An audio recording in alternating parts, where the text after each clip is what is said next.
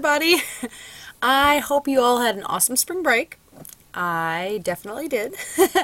But here we are back for week 11, midterms of English 122.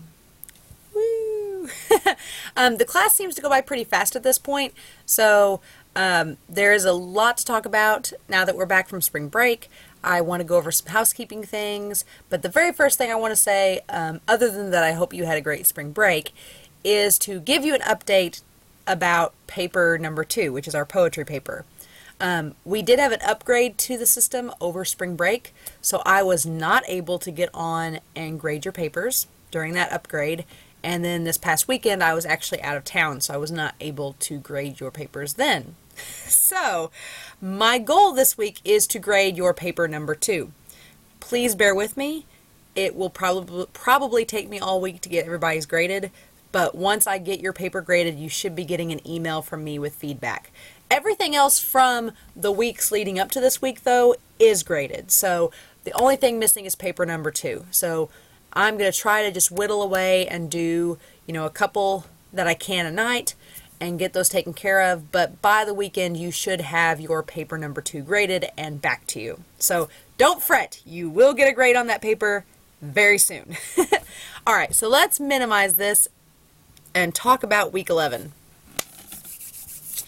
Alright, so as far as course content goes, we do have a couple things that I want to talk about for this week. Obviously we are starting a new unit. We're starting drama. I'm going to go week 10, actually, not week 11. In my other class I teach, I called this week 11 and spring break week 10, but for this class, we just skipped over a week when we did spring break. It's like a weird time warp. And we are in week 10. So, there are a couple of things due this week. First of all, you do have a discussion forum. The post for that discussion forum is due by Friday, March 22nd. You have at least 2 peer responses due by Sunday, March 24th. Paper 3, the thesis statement for that is due by Sunday, which we will talk about very shortly.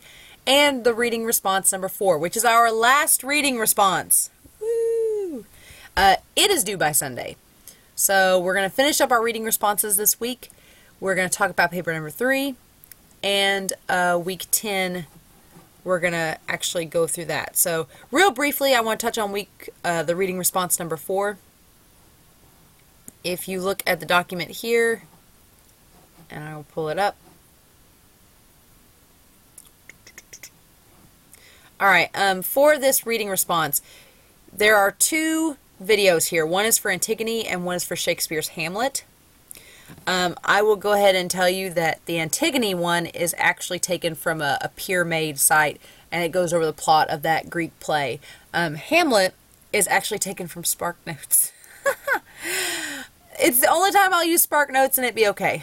But these 2 videos, they are not narrated in the most exciting way possible, so please bear through them. But they will give you every bit of plot device you need to know about these 2 plays. So please watch these 2 videos, and then the reading response is answering the questions below here.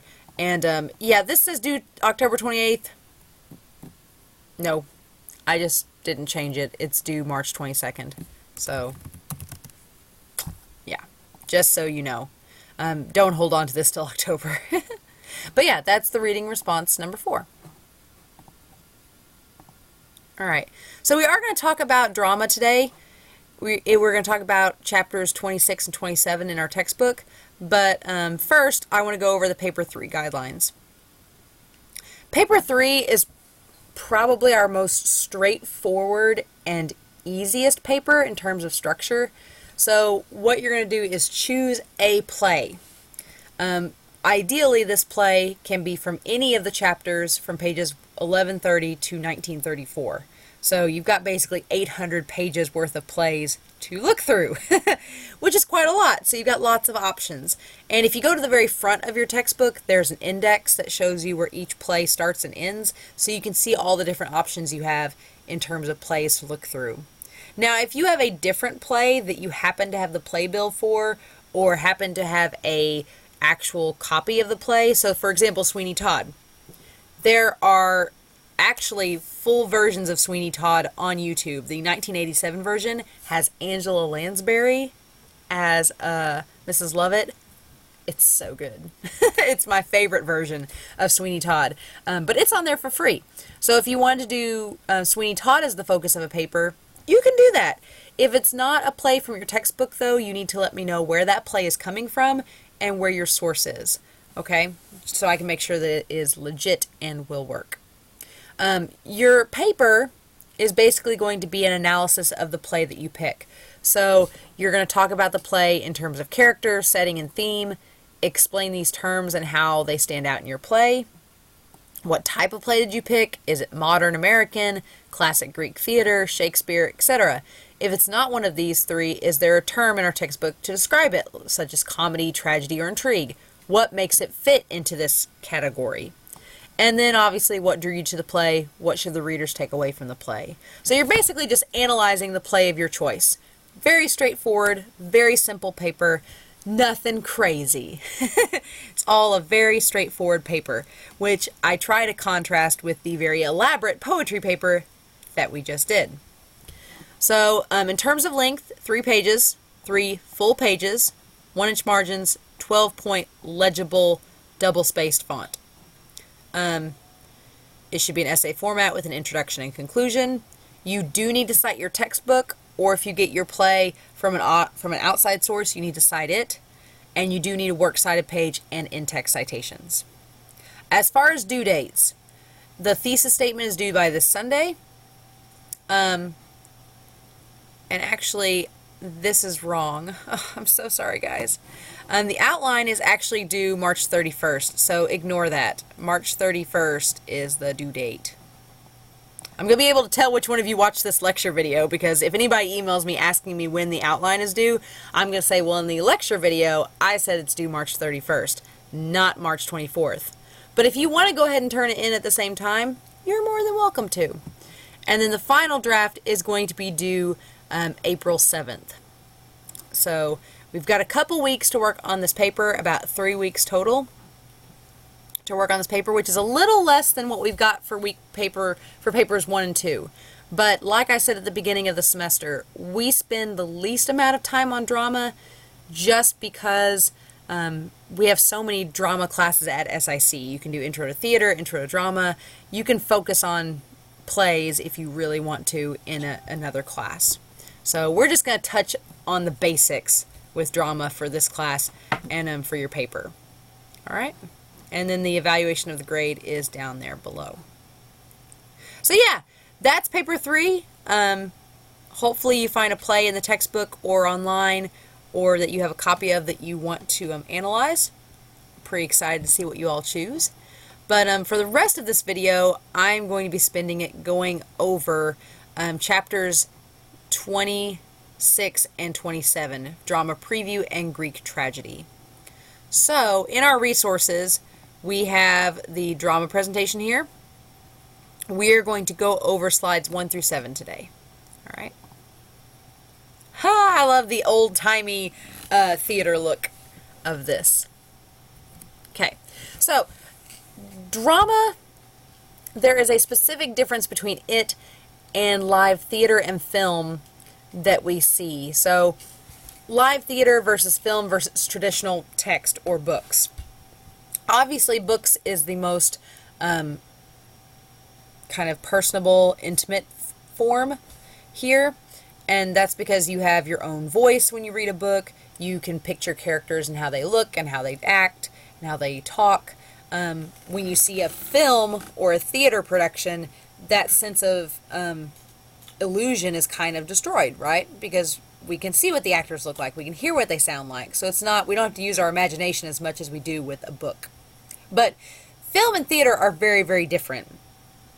If you've ever been in a play, which I've been in plays before, at SIC I was in a couple when I was a student there, you can definitely note how plays are different than film. Because with a film, you know, you can take shots and takes and you can redo scenes until you get it just right.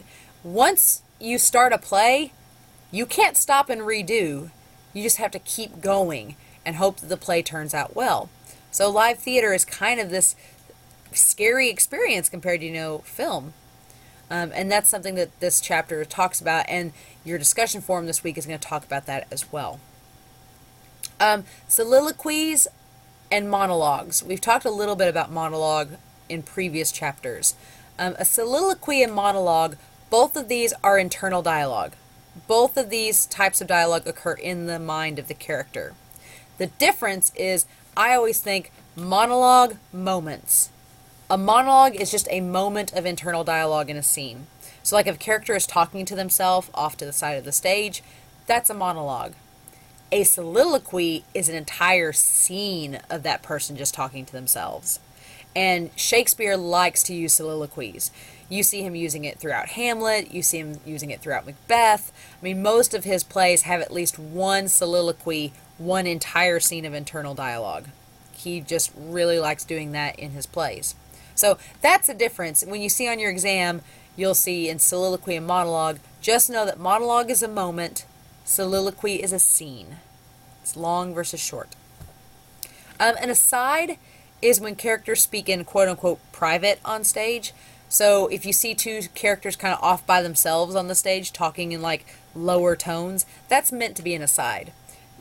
Obviously they can't really whisper because then the audience wouldn't hear them, right? So they're just pretending to whisper. They're pretending to whisper. And you can alter your voice to make it sound like that. The confidant is the secret keeper in the play. They are usually the one in charge of keeping secrets or keeping information a secret, and subsequently they're usually ones that blab in the play and cause all the problems. But that's usually how the drama in a play kind of starts to unfold. A foil, I love the term foil. I will tell you all this. On your exam, do not say that foil is a mathematics term. I know it is, but not in this case. In this case, a foil is when two large personalities play off one another. So I always think of buddy cop movies, because usually you have the stoic, stern cop and the happy-go-lucky, break-the-rules cop. You have a good cop, bad cop. In Shrek, you have Shrek and Donkey. They are two big personalities that kind of clash with one another. In Harry Potter, you have Draco and Malfoy. In, I'm trying to think of another movie with good, Woody and Buzz in Toy Story. That's a classic foil. You just have two large personalities that kind of go at one another, and that would be a foil. Complex characters are just another name for multidimensional or rounded characters. Recognition in a play is when a character self-realizes something or realizes something about themselves that they didn't perhaps realize before. And then idiom is a common phrase of a culture or language. So I had two friends in college that they would help teach this group of South Korean students English every year. And their part of English to teach them were idioms. And the South Korean students had a really hard time with idioms because they're all very culture-based. So like when you say, "Oh, I'm just kidding," that's an idiom, because what does just kidding mean? When you kid someone, what does that mean? And it means that you're joking with them. Or if you say, "Oh, I'm just joshing you," that would be an idiom, because not every culture understands what joshing is. All right? So those terms will definitely be on your finals, so make sure you got those down. And then let's look at Don DeLillo's play on 1138 and read to yourself. So this is a one-act play, which means it has one scene, one act in the entire thing. And it's very short, but it also uses a lot of elements of drama and storytelling in its construction. So this play, I want you to go ahead and look at it on page 1138. It's very similar to Hills Like White Elephants, and I want us to think of why that is. Why would this play be similar to Hills Like White Elephants? You can pause the video as you think about that. Something you might point out is with Don DeLillo's play, the text, the dialogue can be both complex but empty and simplistic. And by the end of the play, the dialogue is extremely simplistic, to the point where it almost seems like these two characters have just given up much like the characters of Hills Like White Elephants have. The conversation, we talk about it, this couple kind of having a midlife crisis and discussing about how they basically just go through their life very humdrum and nothing's exciting or different. It's just every day is the same. So it's a little bit depressing. It's a little bit sad, but the play is really just reflecting on an ordinary life and when the people in that life have kind of a midlife crisis. So I want you to read that play. It's very short, but see how it's structured. See how the characters talk, how they show dialogue with characters' names, how they format that. That's important to note for a play. And you will have some questions about Don DeLillo's play in the future to answer. All right, so terminology also with the play. We talk a little bit about Greek tragedy, which we'll talk about in the next couple of slides. Deus ex machina is Latin for God machine. In Greek plays, the Deus ex machina was a plot device that would save its main characters at the last minute, kind of for dramatic effect. So in a Greek play, Hercules might be dangling at the edge of a cliff, and then at the very last minute, Mercury comes in and rescues him with like a chariot. That would be a Deus ex machina. And we see it a lot actually in modern movies. Quite a lot, might I add. Probably my favorite Deus ex machina is in Jurassic Park, when at the very end, everybody's getting cornered by the raptors and they're about to get eaten, and this giant T-Rex comes in and like takes one of the raptors out, even though it's like, how'd you get through the door and nobody heard you? And then at the end it like roars and the banner falls down, and so good. But that is a Deus ex machina moment. Literally the T-Rex could have ate those people and that would have been the end of the movie, but nope. They saved our protagonists and got rid of the bad guys, all in one fell swoop. Another example of Deus ex machina that's pretty modern would be Toy Story 3. When all the little toys are holding hands and it's really sad and they're about to be incinerated, and then for no reason at all, the aliens from the claw machine just come over and grab everybody. Where were they the whole movie? Doesn't matter. Deus ex machina.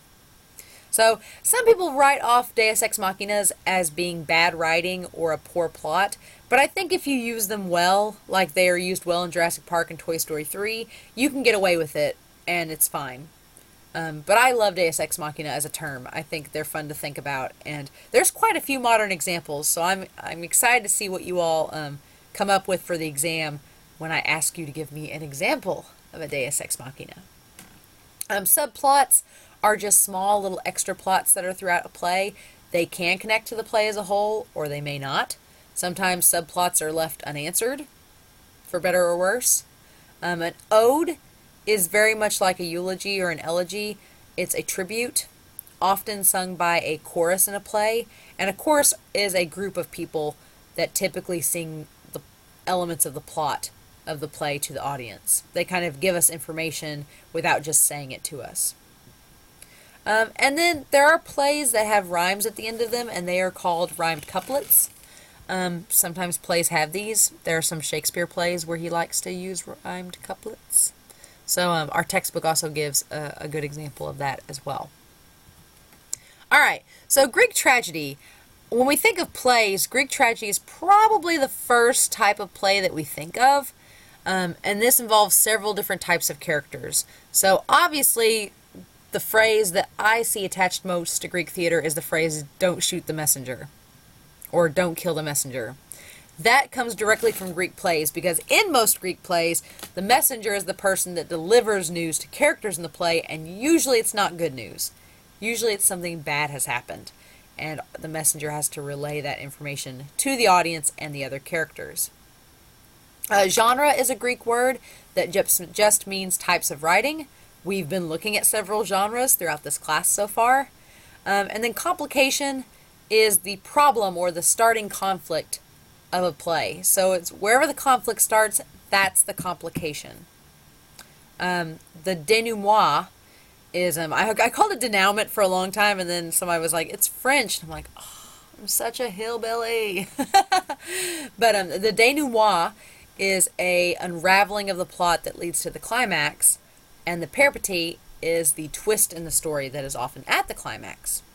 So usually the denouement is kind of your unfurling action, and the peripety is when there's a twist in the story right towards the very climax of everything. All right. In Oedipus, for example, the peripety is when Oedipus finds out that he married his mom and had all these kids with her, and it's really gross. But that would be an example of a peripety. And then catharsis is the purging or cleansing of feelings. And most Greek tragedies end on a cathartic note. By the end of the play, everyone is purged of all emotion or feeling. So again, if you're not familiar with the story of Oedipus, Oedipus is a Greek tragedy about this young king who is, this young prince is prophesized that this king and queen have a kid. And these prophets tell the king and queen that it has been foretold that their son will one day murder his father and marry his mother. Well, obviously the king and queen are very unhappy about this, and they're kind of freaked out. So they say, you know what, we're gonna stop fate. We're gonna outdo it. We're gonna send our son Oedipus away, and he'll never know he's a prince. He won't come back and murder us and try to marry me. We'll solve this problem. So they send Oedipus away. Oedipus grows up under a different name. He grows up in a different household, and he is making his way through the world as a young man and just happens to stumble across the king. Spoiler alert, he gets in a fight with the king and ends up killing him, neither of them realizing they're father and son. And from that point on, Oedipus is led to the castle where he meets the queen, who he does not know is his mother. She does not know that he's her son. They fall in love, they get married, they have kids. And then at the climax, the peripety of the story is where the prophet returns to the kingdom and says, oh yeah, by the way, Oedipus, you're that guy I warned your parents about, and you can't trick fate. It ended up happening anyway. And the catharsis of that play is that Oedipus, in horror at what he's done, stabs his own eyes out so that he can't see anymore. And by the end of the play, everybody is pretty much just drained of emotion. So yeah, fun times. You could write your paper 3 about Oedipus. It's a fascinating play for sure. Alright, so pretty much in every Greek play, most of the characters had a tragic flaw, which was a fatal weakness of the character. So like Achilles, the Greek figure, his tragic flaw was his heel. Most of the tragic flaws for characters in Greek plays are their hubris or their pride. So Oedipus's parents, they're too proud to just try to, work with the prophecy. They think they're smart enough and can outdo fate, and that ends up backfiring on them. Hamlet and Macbeth both have issues of pride and self issues of power, and that's their fatal flaw.